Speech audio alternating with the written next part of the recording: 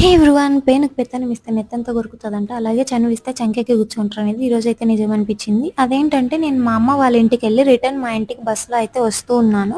Bus ఎక్కినప్పుడు నాకు window seat కావాలనేసి నేను స్టార్టింగ్‌లో విండో సీట్ అయితే తీసుకున్నాను. 2 సీట్స్.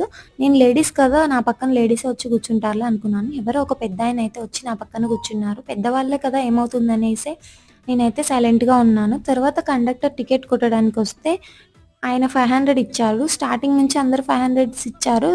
కండక్టర్‌కి కోపమొచ్చి అందరూ 500 ఇస్తే ఎలా అనేసి చిరాకు పడి చిల్లర ఇస్తా అని చెప్పాడు. నాకు చిల్లర ఎంతొస్తుందమ్మా ఇంత పోతే అని ఆయన నన్నడిగాడు నా పక్కనున్నాయన. ఇంతొస్తుంది అంకుల్ కండక్టర్ కరెక్ట్‌గానే చెప్పాడు అని చెప్పాను.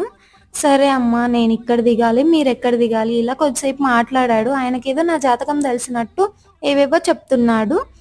ఏం చెప్పాడనేది నేను నెక్స్ట్ వీడియోలో పోస్ట్ చేస్తాను. ఇవన్నీ మా ఫ్రెండ్స్‌కి చెప్తే నువ్వెందుకు భరించావన్నారు. సబ్స్క్రైబ్.